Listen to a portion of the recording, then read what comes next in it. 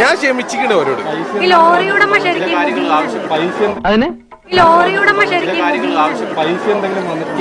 Lorry ഉടമ മുബീന് ഇങ്ങോട്ട് വന്നേ നീ.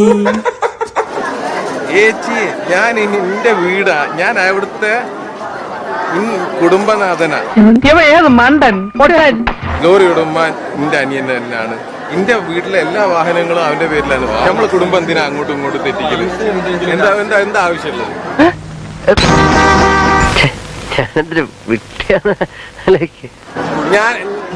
ഞാനും എന്റെ അനിയനും എന്റെ ഉമ്മ, നമ്മളൊരു രസമുള്ള ബ്യൂട്ടിഫുൾ കുടുംബം. ദയവ് ചെയ്തിട്ട് അതിനെ ജീവിക്കാൻ അനുവദിക്കൂ പ്ലീസ്. ആവശ്യമില്ലാത്ത കാര്യത്തിൽ ഇടപെട്ടാണ്ടല്ലോ.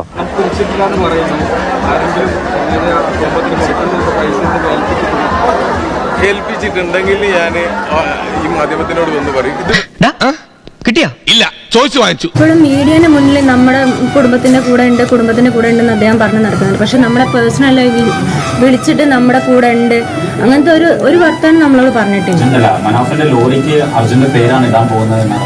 അത് നമുക്ക് സമ്മതമില്ലാത്ത കാര്യമാണ്. ഇല്ല, എന്റെ ഒരു കണക്കില്ല, എന്റെ അധ്വാനത്തിന് കണക്കില്ല, എന്റെ ജീവിതത്തിന് കണക്കില്ല, എല്ലാം നിങ്ങൾക്ക് ഇഷ്ടം. പക്ഷേ എന്റെ മക്കളെ ഞാൻ തന്ന സ്നേഹത്തിന് കണക്കുണ്ട്. എന്റെ അല്ല, ഈശ്വരന്റെ.